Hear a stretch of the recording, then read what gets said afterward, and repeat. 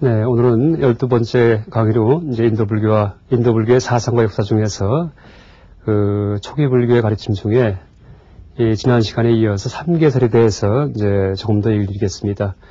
근데 물론 이제 삼계설이든지 아니면 이제 앞으로 또 말씀드린 여러 가지 초기 불교 교리가 실제 초기 불교 교리인지 아니면 나중에 부파시대 교리인지 사실 많이 혼동됩니다. 왜냐하면은 이 초기 불교 경전 같은 경우도 어떤 부파적인 시각에서 이 초기 불교 경전들이 다시 재편집된 거기 때문에 엄밀한 의미에서 이 교리를 구분할 때 초기 불교다 아니면 이것은 부파 불교다 하고 나누는 것이 아주 쉽지 않습니다. 그래서 이 삼계설 같은 경우도 이제 제가 그 강의할 때는 이 초기 불교와 또 부파적인 시각을 이제 혼합을 해서 일단 포괄적인 얘기를 이제 드리겠습니다. 그래서 뭐 초기 불교 삼계설 따로 나눠서 얘기 드리고 부파 불교 삼계설 나눠서 얘기 드리지 않고 둘을 모아서 삼계가 이 불교라는 종교에 있어서 어떤 의미를 갖고 있는지 라는 이제 말씀을 드려보겠습니다.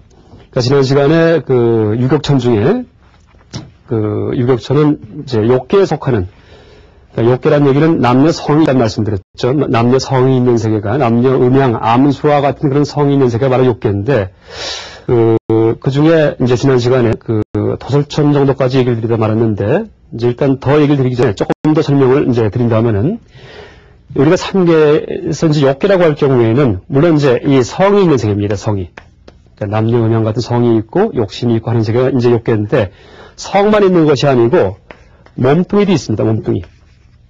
몸만 있는 것이 아니고 우리는 정신도 갖고 있죠. 정신.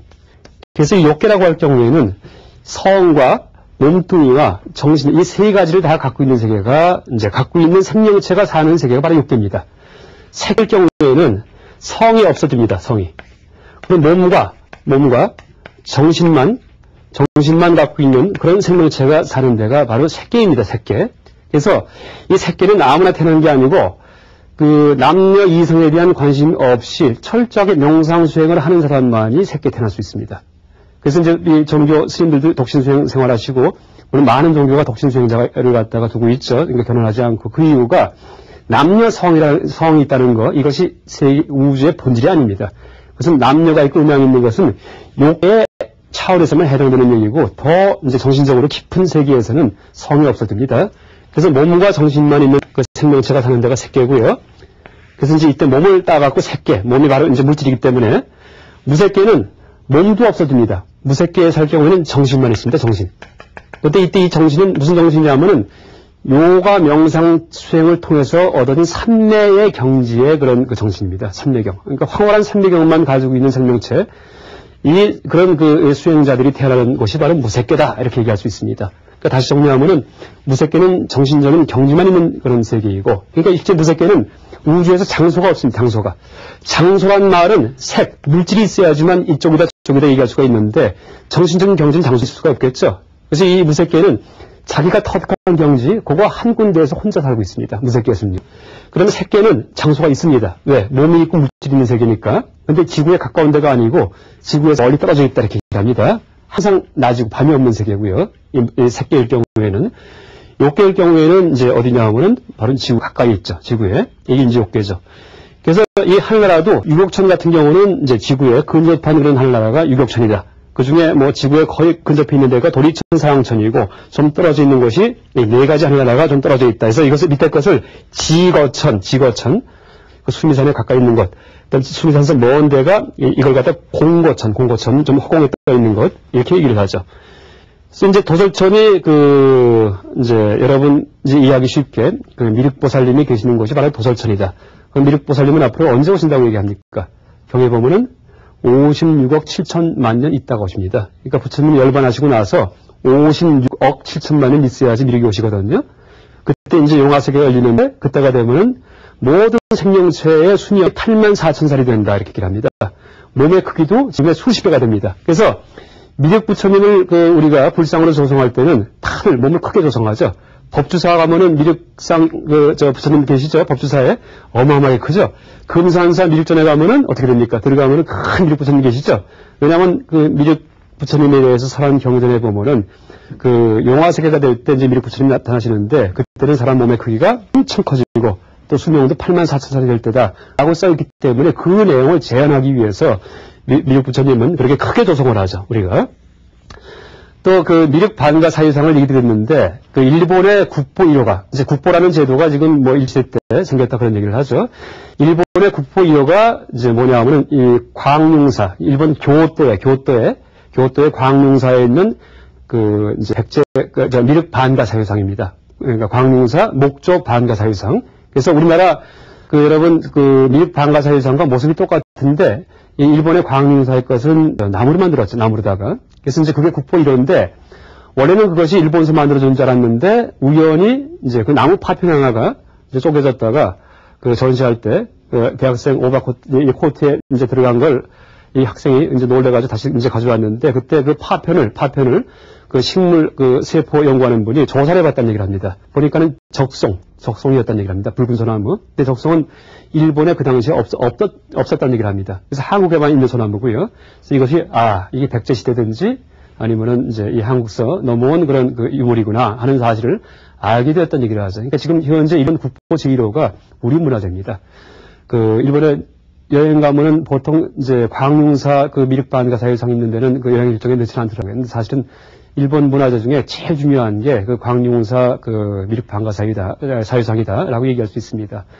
그리고 뭐 야스퍼스든지 아니면 서양의 대문호들이 그 철학자든지 이런 분들이 와서 그걸 보고는 감탄을 하죠. 그래서 그 야스퍼스라는 철학자 아시죠? 실존주의 철학자. 이분은 뭐라 그러냐면은 그 자기가 평생 봤던 인류가 만들었던 모든 조각품 중에 가장 숭고한 조각품이 바로 이 광융사의 그 미륵반가 사유상이다 이렇게 얘기를 하죠. 그래서 뭐 비너스상, 그리스 조각도 다 얘기를 하면서 그런 모든 조각에서는 다 인간의 냄새가 풍긴다 이렇게 얘기를 합니다. 그런데 미륵반가 사유상에서는 인간의 그런 속됨을 초월한 그런 아주 그 숭고한 이제 그런 그 감흥이 느껴진다 이렇게 얘기를 했습니다.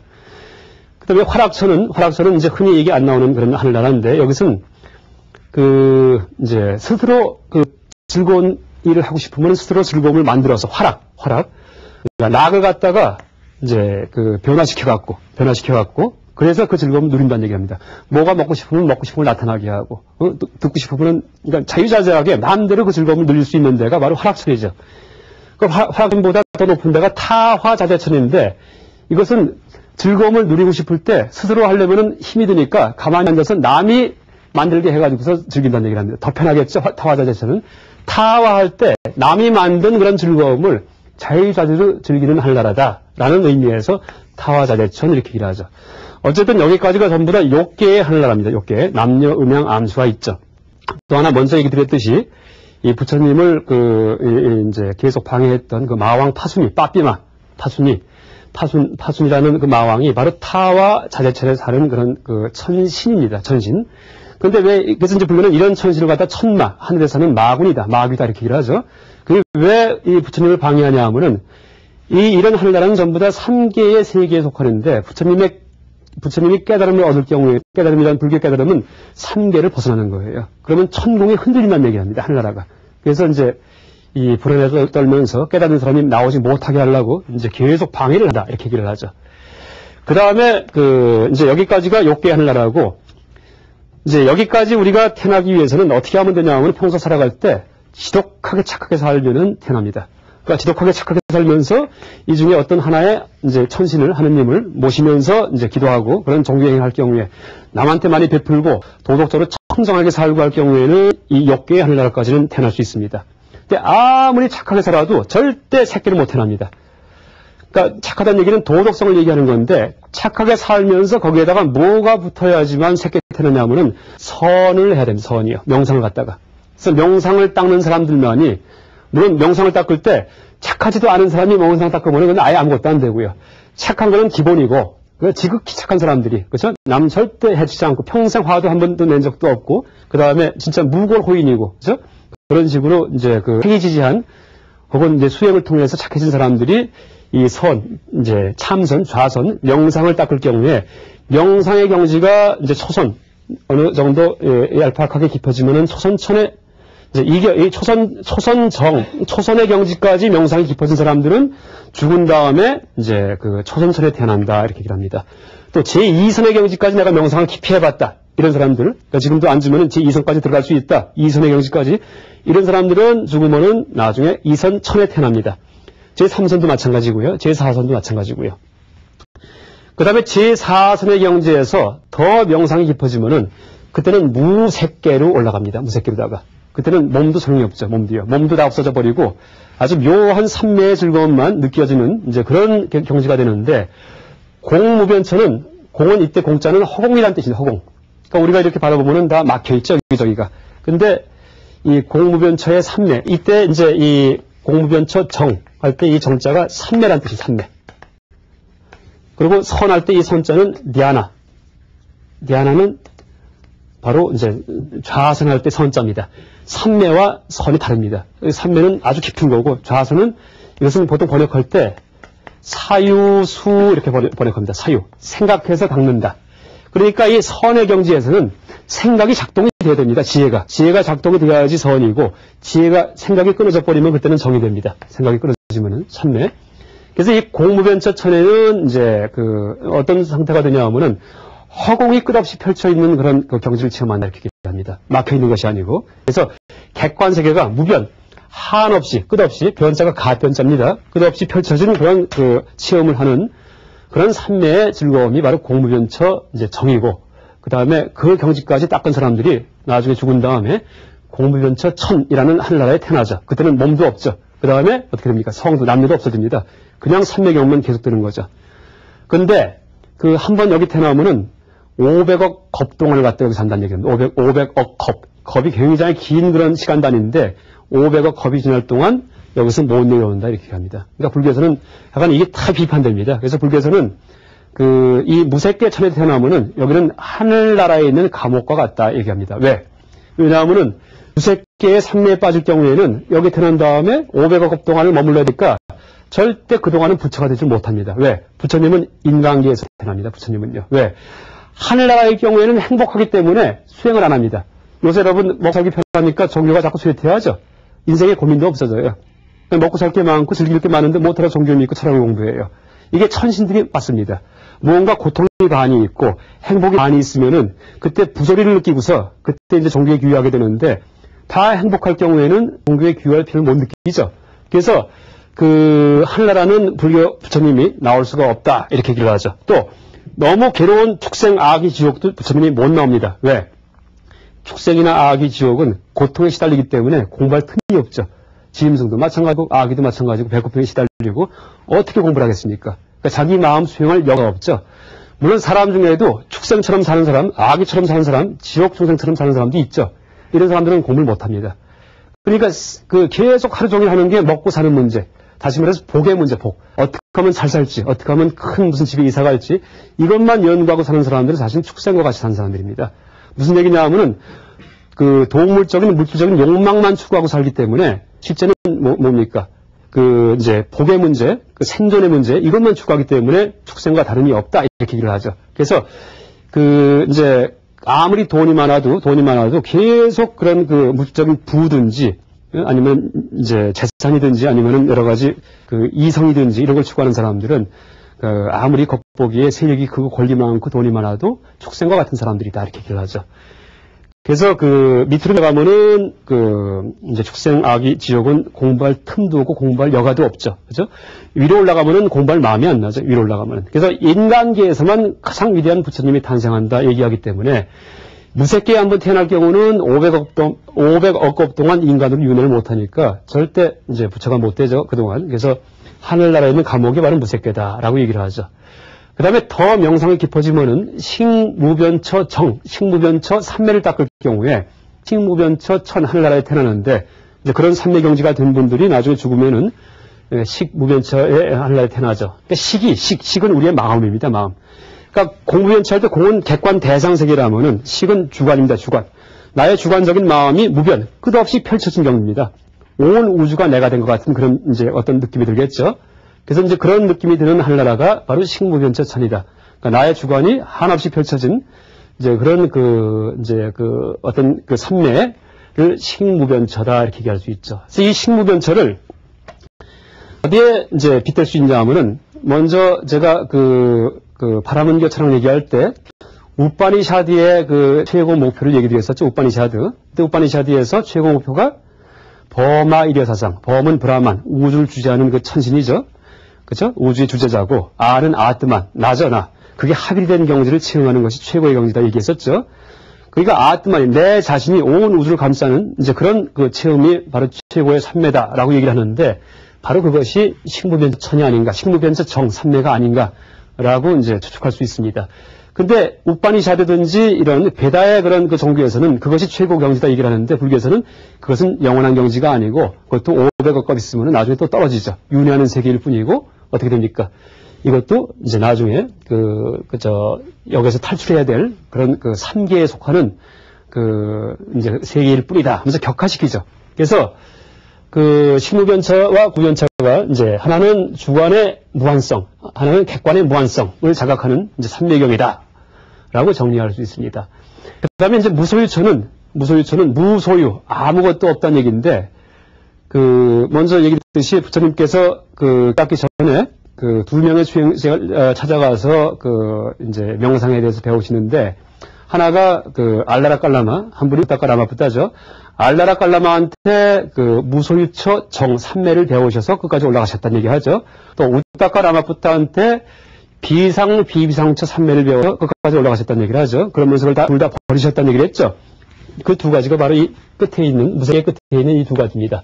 그래서 무소유처 정 삼매는 아무것도 없다는 얘기입니다. 뭐가 없냐 하면은 주관 객관이 다 끊어진 상태다 이렇게 얘기하면 됩니다. 주관도 없고 객관도 없구나 하는 그런 경지가 무소유처 이제 삼매고 그 삼매까지 도달하는 사람들은 죽은 다음에 무소유처의 하늘나라에 이제 몸뚱이도 없고 남녀 성도 없는 이제 그런 상태에서 태어난다라고 얘기할 수 있죠. 그다음에 이제 비상 비비상처 천인데 여기는 비상 상념도 아니고 상은 생각 무슨 생각이냐 하면은 무소유한 생각이냐 무소유. 그러니까 아무것도 없다라는 생각도 아니에요. 그것도 사라졌어요. 그러니까 무상 무무상처 천해도 됩니다. 무상 무무상.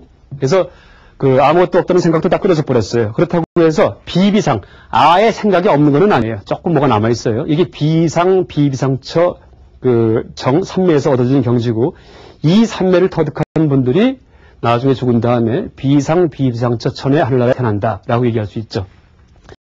이게 이제 3계인데 그러니까 이 3계에서 여러분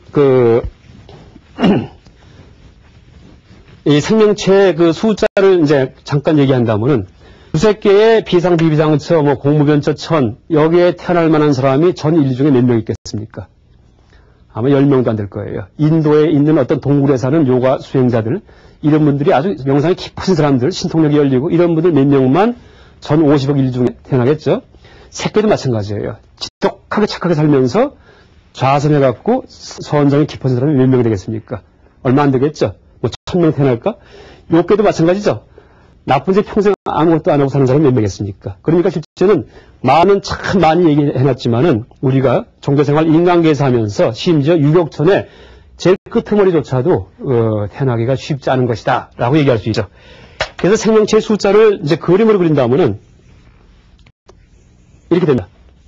그래서 무색계에는 이 정도만 태어나고 한 10명, 20명 전 인류 중에 색계에는 이 정도 태어나겠죠. 1000명, 2000명. 그 다음에 욕계에는 어떻게 태어나겠습니까? 그나마 10,000명쯤 태어난다든지 그나마 착하게 사는 사람들. 그 다음에 인간계에 또 50억이 또 있겠죠.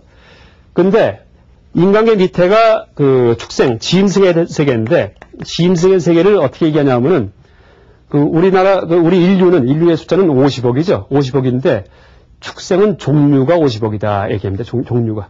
그러니까 50억 곱하기 개미 무슨 깍지벌레 아니면은 호랑이 사자 해갖고 종류만 50억이기 때문에 한 종마다 또 숫자가 얼마나 많겠습니까? 몇만 몇억이 되겠죠? 곱하기 몇억을 해보세요. 축생은 어마어마하게 많아요. 밑에. 그래서 밑으로 내려갈수록 숫자가 바글바글해집니다. 밑으로. 그래서 사람으로 태어나는 것이 지극하게 힘든 일이다 이렇게 얘기합니다. 그래서 이 실제 불교의 유래설에 비춰본다면은 한 번 사람으로 태어났던 사람이 내생에 금방 또 사람으로 태어나기는 지극히 힘들어요. 그러니까 지금 전 인류는 대부분 내생에 그 밑에 태어나서 자기 평소에 나쁜 짓 했던 거, 이거 과보를 다 받고 나야지만 그 다음에 가서 이제 자기 착한 일 했던 거, 이게 남아가지고 다시 또 사람으로 올라오든지 이제 그렇게 된다. 그러니까 직접 태어나질 못하고, 그러니까 그렇게 얘기할 수 있죠.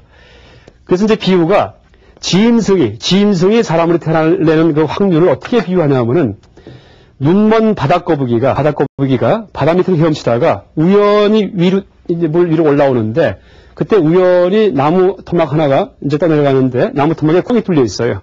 근데 거기에 거북이가 우연히 떠오르다가 머리가 끼어요. 그 정도 확률뿐이 안 된다 얘기를 합니다. 그 정도 확률뿐이. 그러니까 50억 짐승 중에 하나 정도가 겨우 사람 되는 거죠.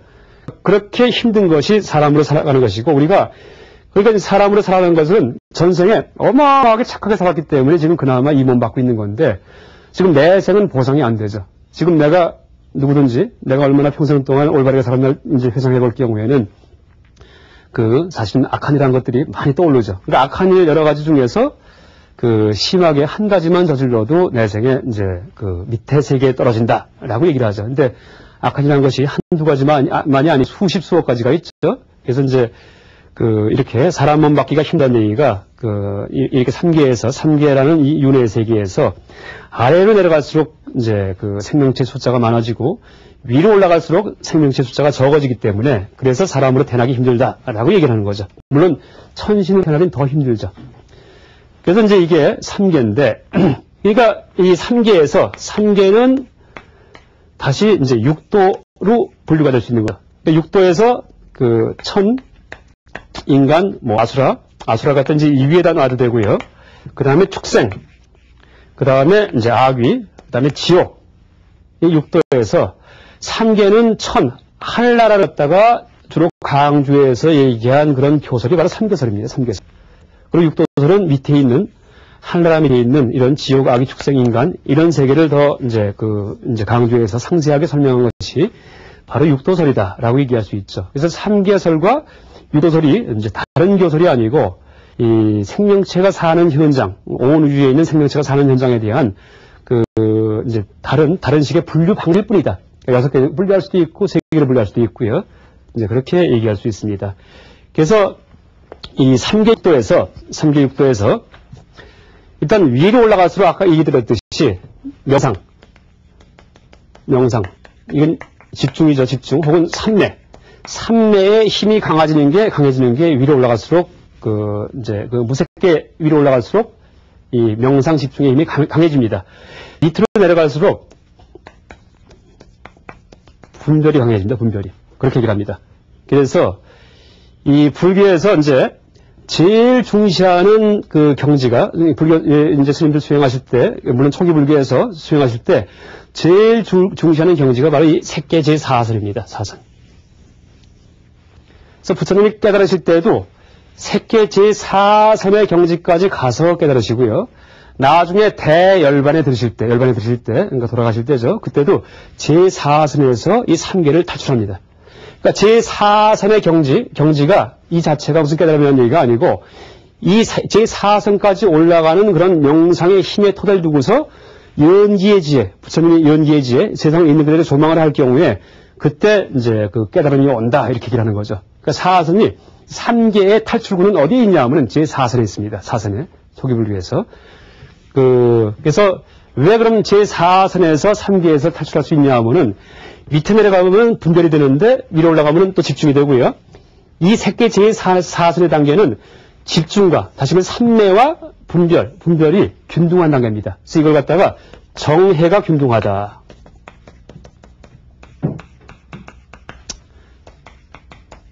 이렇게 얘기를 합니다. 그러니까 위로 더 올라가면은 생각이 끊어져 버리기 때문에 연기에 대해서 생각을 할 수가 없어요. 머리가 안 굴러가니까, 그렇죠?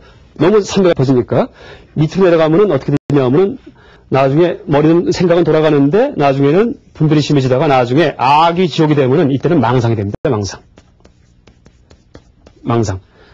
있지도 않은 건데 있는 것처럼 착각해 사는 거죠. 그래서 이제 색계 제4선의 상태가, 물론 색계 전체가 다 정해가 균등하다는 얘기를 하는데, 제4선 정도의 경지에서 선정, 집중의 힘과, 그 다음에 이제 지혜, 이 관조하는 지혜의 힘이 균등하게 발휘될 수 있는 이제 것이다. 라고 얘기를 하죠. 그래서 제4선에서 연기의 지혜가 이제 발생한다. 라고 얘기를 하죠. 그래서 이 사선의 중요성에 대해서는 다음 시간에 다시 이어서 이제 말씀을 드리겠습니다. 오늘 이상 강의를 마치겠습니다. 네, 감사합니다.